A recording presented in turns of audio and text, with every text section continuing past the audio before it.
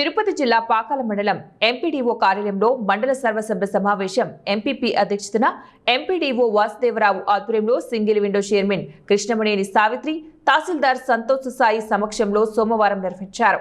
పాకాల మండలంలోని సమస్యలను వివిధ శాఖల అధికారులను పంచాయతీ సెక్రటరీలను అడిగి తెలుసుకున్నారు. వ్యవసాయానికి విద్యుత్ సమస్యలు తలెత్తకుండా చూడాలని అధికారులకు ఆదేశించారు. రైతులను వెటర్నరీ సిబ్బంది గుర్తించి వారికి గోకులాలు మంజూరు చేసి షెడ్ ఏర్పాటు చేయాలన్నారు.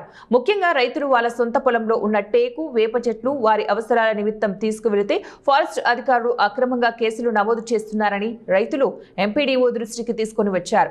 టేకు వేప చెట్లు తీసుకువెళ్లే రైతులకు అనుమతి పత్రాలు ఇవ్వాలని రెవెన్యూ అధికారులకు తెలిపారు. పాకాల మండలంలోని పలు పంచాయతీలలోని త్రాగునీటి సమస్య, విద్యుత్ సమస్య, స్ట్రీట్ లైట్లు, డ్రైనేజీ, వాటర్ ట్యాంక్ ఇతర సమస్యలను త్వరితగతిన సమస్యను పరిష్కరించాలని అధికారులకు పంచాయతీ కార్యదర్శులకు సూచించారు. అర్హత ఉన్న ప్రతి లబ్ధిదారులకు లబ్ధి చేకూర్చాలని చూడాలని పేర్కొన్నారు. ఈ కార్యక్రమంలో వివిధ శాఖల మండల అధికారులు, పంచాయతీ కార్యదర్శులు, ప్రజాప్రతినిధులు, సిబ్బంది పాల్గొన్నారు. మన అందరి పంచాయతీ కార్యదర్శులని అందరినీ మోటివేట్ చేసి ప్రతి గ్రామంలో ఈ పరిశుభ్రత విషయం పైన ఎంతో శ్రద్ధ వహిస్తూ దానికి తగ్గ చర్యలు కూడా తీసుకుంటుంది. ఇప్పుడు ఈ నెల 17వ తారీఖు నుండి 3 స్పెల్స్లో ఒక్కొక్క మండలంలో స్వచ్ఛ రథము అనేసి కొత్తగా ప్రభుత్వము ఒక పథకాన్ని ప్రారంభిస్తుంది. ఏం లేదు, ఈ స్వచ్ఛ రథం అంటే ఇప్పుడు మనకు అందరికీ తెలిసిందే, మన ఇళ్ళకాడికి పాత పేపర్ కొనుక్కునేదానికి, తర్వాత ఏదైనా ఇనుము సామానికి ఉంటే దానికి ఎర్రగడ్డలు ఇస్తామని వస్తుంటారు కదా. అలాగే ఈ స్వచ్ఛ రథం అనేసి ఒక రథం అంటే ఒక వెహికల్ ఉంటుంది. ఆ వెహికల్లో వాళ్ళు ఏం చేస్తారంటే షాంపూ ప్యాకెట్లని, సబ్బులని, తర్వాత ఏంటంటే నిత్యావసర సరుకులు కొన్ని పెట్టుకొని వస్తారు.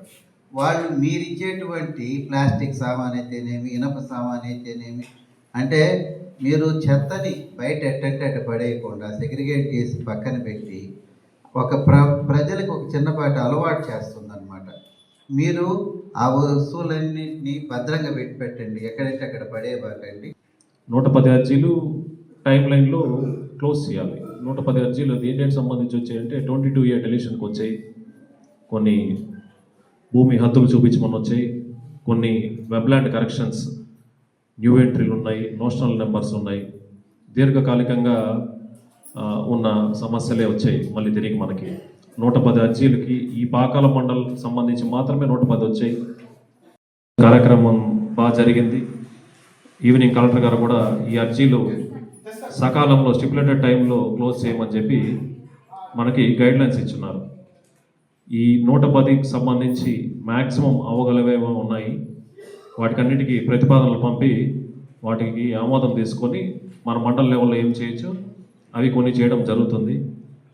మేజర్గా నోషనల్ నెంబర్స్ అవి చాలా రోజులుగా పెండింగ్ ఉంది కాబట్టి నోషనల్ నెంబర్స్ తహసీల్దార్కి ఆప్షన్ వచ్చింది కాబట్టి త్వరలో నోషనల్ నెంబర్స్ కూడా చేయడం జరుగుతుంది.